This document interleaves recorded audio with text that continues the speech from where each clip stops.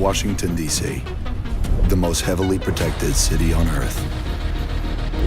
Within its limits, 177 foreign embassies, 550 elected officials, and 23,000 military personnel. In the event of an attack, critical personnel are evacuated, underground shelters open, while complex defense systems patrol the sky. But nothing stopped the virus. 27 days after patient zero, Washington fell. It began with riots on K Street, then shootings in the National Mall. Troops withdrew to bunkers. Civilians were left in the streets. America is on the brink of collapse.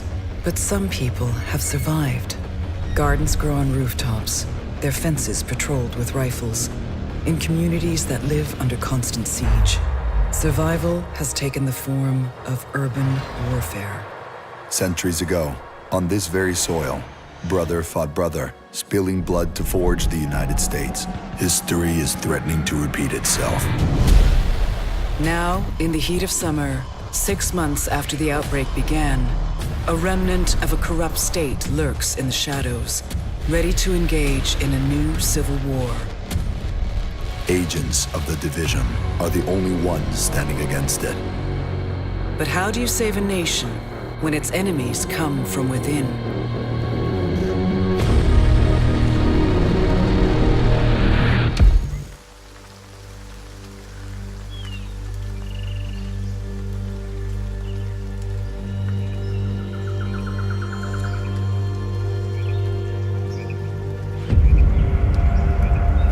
That crash site is just ahead.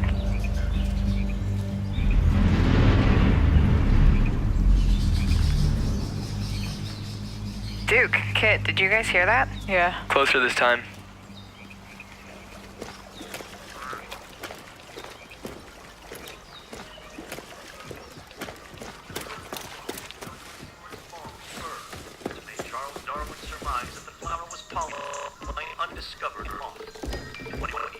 Look at this parachute.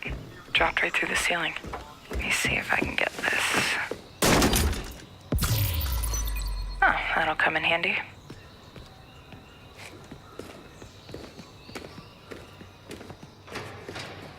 So you guys are coming, or what? Yeah.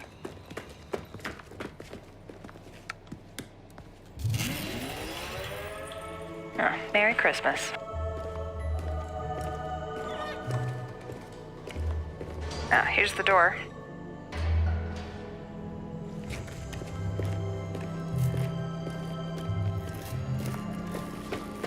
Karpinski, it's the Division. Alright, let me just talk to this guy. Glad to see you. We got a boy here who's gonna die without his meds. Those True Sons assholes confiscated him, along with most of our drinking water. Up around Okay, Pinwater Station. meet us at the I sinkhole? wouldn't Yep. ask for help anymore. Okay, sure. I don't know what else to do.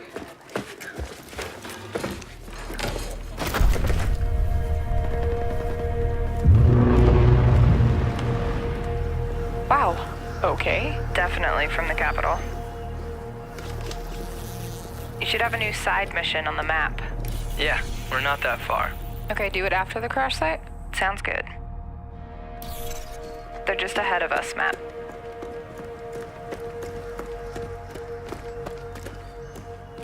Hey, I see you. I'll be up in a sec. Kit, we gotta get you leveled up. I know, please help. I've been busy. Toxic chemical residue detected. A lot of loot down there. Hey, you guys should really check this out. Almost there. So that's the control point. Hey, wait for me. Crap, they have a tank. Yep, I see him. Don't aggro him yet. Let me adjust my build. Got my crossbow and chem launcher.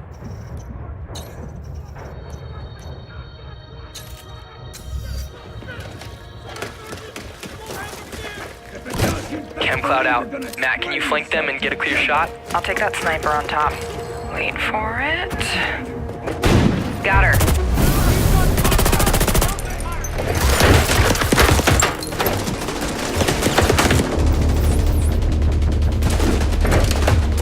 Matt, look out! Alright, let me try to get that tank off you. More bad guys on the other side of the plane. Grenade, grenade! Dude, come on. Yep. Matt, I need your help. Over here.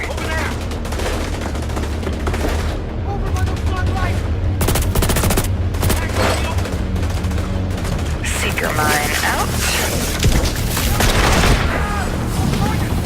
Whoa. Oh, I'm stuck. Use a little help.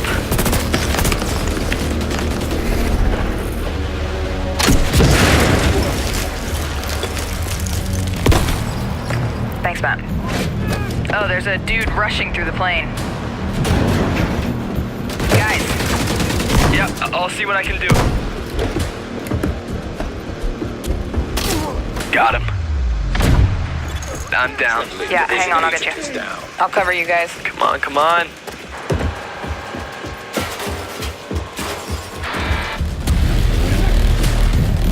Get that weak point. Oh crap. Matt, watch out. Setting my drone. Thank you for the revive, Meg. I've got this guy behind the tank. Matt with the hive, nice. Alright, just lay it on him. Again? Drone down. Oh, there goes his armor. Ah! You're on your own. Keep going. Good job.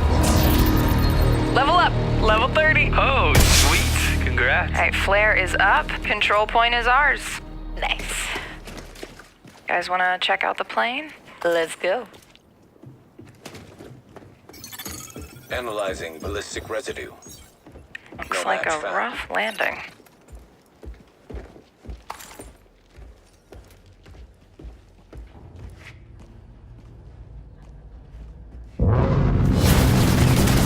Jesus. Whoa, that's nuts. Let's check it out. Great idea. Let's just die. So, game plan. Take the capital back. I think we're ready.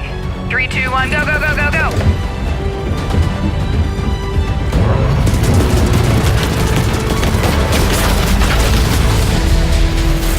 Going to show live exclusive gameplay of The Division 2. I have with me Matthias Carlson, right? Producer. Matthias Carlson, yes. And Christian Panner, game director and producer respectively. How you guys doing? Excellent. Yeah, you Super excited. Amazing. Well, congrats on the exciting reveal at the Microsoft conference and obviously the amazing news during the UB conference. So today, to our left, we've got Yannick Boschko, comm dev on The Division 2, and 3 other devs from the massive development team. They'll be showing a 4-player co-op tackling a control post. And Yannick will be walking us through a little bit into his strategy. But first of all, I wanted to ask you guys, what are we going to see here?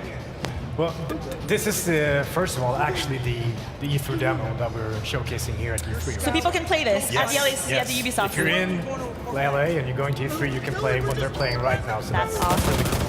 So this is a tiny little slice of the world Washington DC in the Division 2, right? And this is actually, they're on their way towards that same crash site that we saw in E3. Right, the Microsoft brief, yeah. Yeah, the crash of the Air Force One. Except Exactly. right now, it's happening at a different entry point than what was shown at the Microsoft conference. Am I right? Exactly.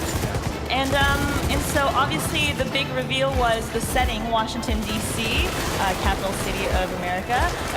Christian, I want to ask you, what was the reasoning behind that? Can you tell us a bit more? Yes, absolutely. We were very excited to showcase that yesterday in our reveal and to show more, of course, today.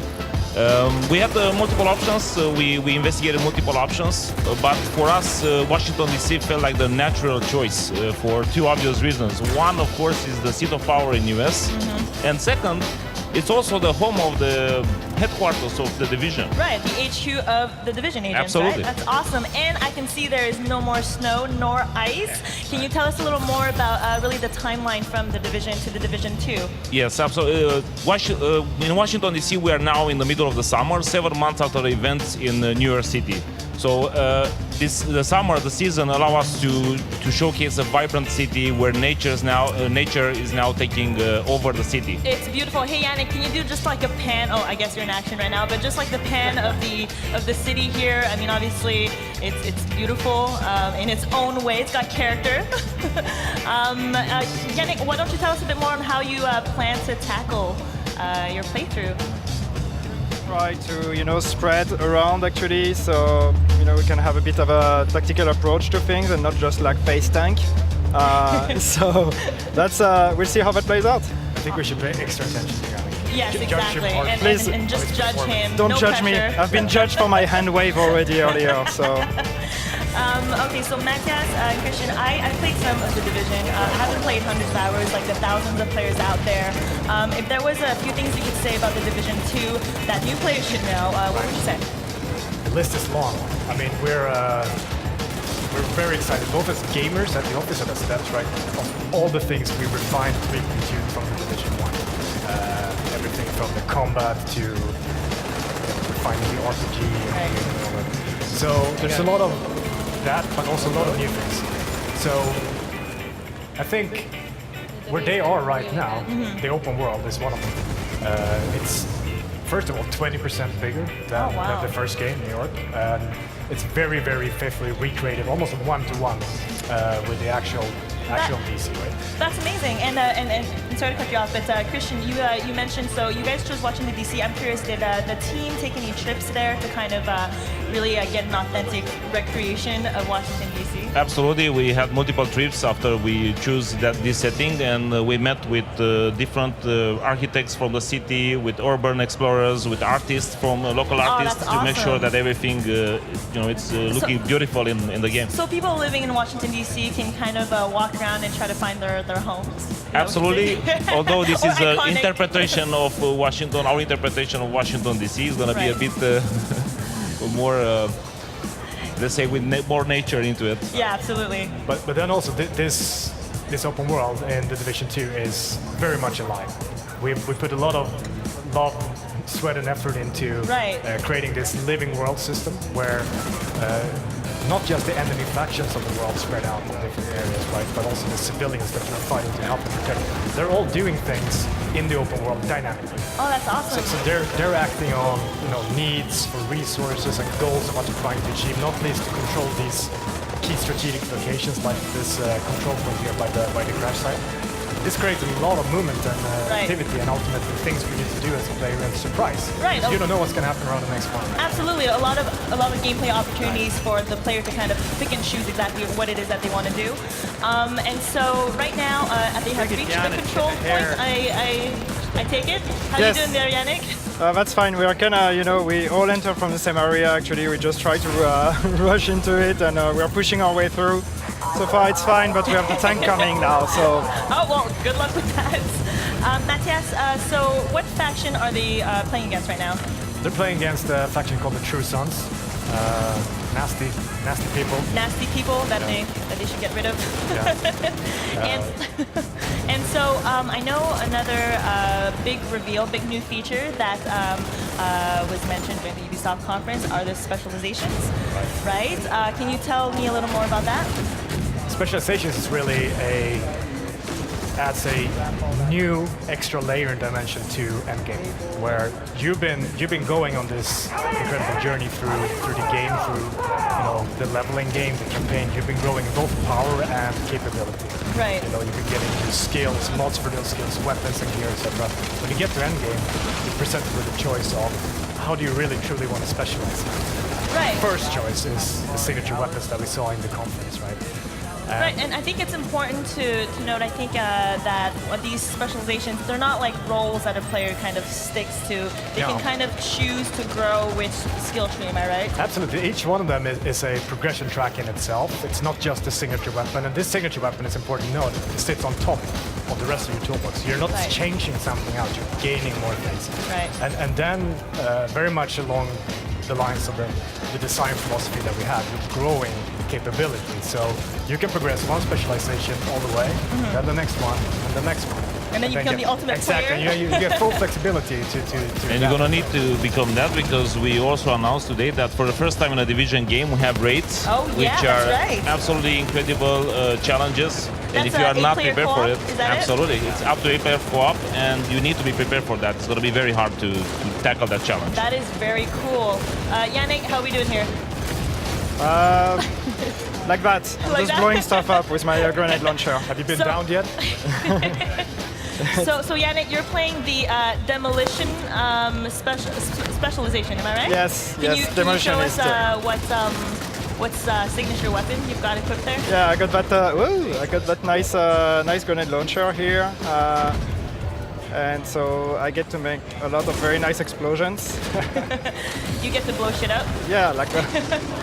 And our other massive developers here, I believe are playing Survivalist and Sharpshooter, am I right? That's correct. I don't know if we can get the audience to see the skill set of the other specialists. I believe that's the Sharpshooter, am I right? That's correct, yeah. So the demolitionist that Jank is playing has the grenade launcher, which is all about, radius, controlling an area, creating mayhem, flushing enemies out of cover, getting several of them in the blast at the same time, etc. Absolutely. Whereas the sharpshooter has this super powerful sniper rifle, 50 cal, that can penetrate several targets. So you can find your angles and line them up, and this feature that we have very prevalently in Division 2 on the enemy archetypes, the weak points that are associated with the enemy's special abilities. Oh, that's great. You can pelt all of those coming in and out of the Looks like Yannick actually did it. He captured the control point. You did it! Congratulations. Yay, congrats. That's surprising, I would have to say. It is surprising. I feel like he didn't do as good during the rehearsals, but I feel like the pressure has caused him to up his game. All right, so if I think we're done taking over this control point now. Yannick, why don't you come join us?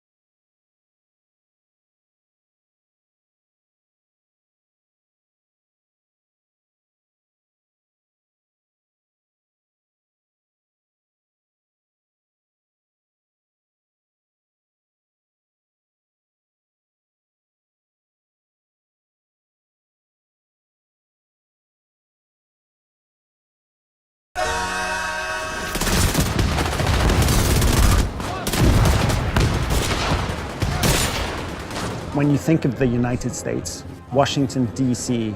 pops out as an iconic city with a history, and even almost a symbolism of being pure America. There's so many more environments to explore compared to New York, from nature to governmental sites and that strict, very powerful, brutalist architecture almost, to the suburbs of Georgetown. Being able to see far and wide and predict what's in front of you, or being able to have like a truly 360 approach to some open world encounter that you're stumbling upon is very different from navigating the narrow streets of Georgetown. We still remain an open world game with cover-based shooting mechanics, but you can imagine how that is tweaked when you're in a nature biome and your cover maybe is a fallen log of wood or something like that. And also there's going to be, of course, difference in which factions are present where at any given time, and they're vying for control of the city as a whole. The enemies that you'll be facing all have a vision for how the country should be run, whether it's the country or their little fiefdom, a few blocks, that sort of control. The enemy that we're featuring in the E3 demo are called the True Sons. And these are, the bullies that you had at school that used to push people around. They're people who really prey upon the weak. And their vision for the future of the States is one of tyranny, and that has to be stopped.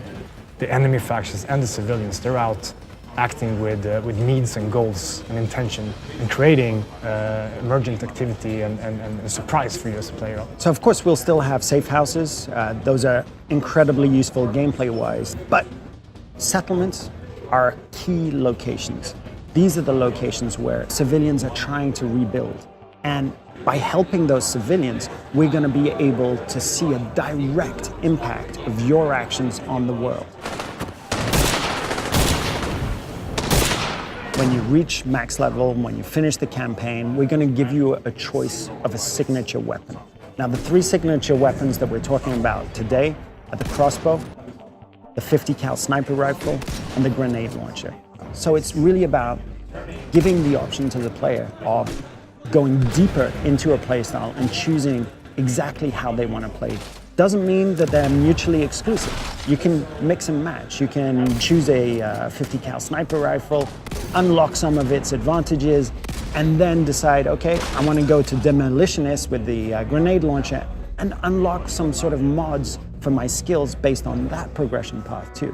We really want Endgame to be for everyone. And we're making sure in the Division 2 that it's there, it's strong day one. It also caters to all types of players. Endgame doesn't equal hardcore, but it needs to have a deep hardcore aspect to it, so that if you really want to challenge, if you really want to compete, it's there for you. Every single activity that we could dream of is only going to be expanded, and you'll have a choice of a huge amount of activities for Endgame. But we have a twist at the end of the campaign, which is a huge hook, narratively and gameplay-wise, that'll, take people by the scruff of the neck and drag them into Endgame. And it's super compelling. And, we revealed today that we're going to have raids for the first time. That's 8-player raids, and those will be the most hardcore of challenges for Endgame. It's very important for us that you get to play as you like. When you're playing the raid as a full 8-man team, that variety of different specializations, but also the different builds is going to be, of course, important. Yeah. When the game sings, it's when you're playing with other players who know what they're doing and you can strategize. Just like the first game, the entire story-based campaign can be played only by yourself or in co-op with up to 3 other agents. Absolutely every single activity.